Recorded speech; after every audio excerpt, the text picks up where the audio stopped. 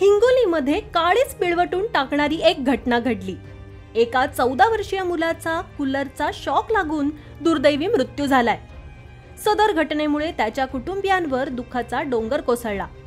तसेच संपूर्ण परिसरात हळहळ व्यक्त केली जात आहे।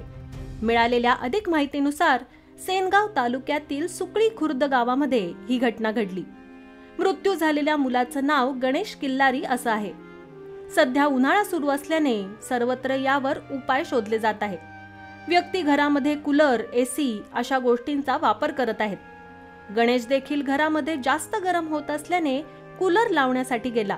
त्याने कूलरमध्ये पाणी ओतलं आणि तितक्यात होत्याचं नव्हतं झालं।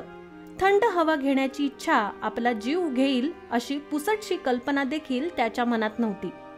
कूलरमध्ये बिघाड असल्याने त्याला यात विजेचा जोरदार धक्का बसला। शॉक लागल्याने तो जमिनीवरच कोसळला।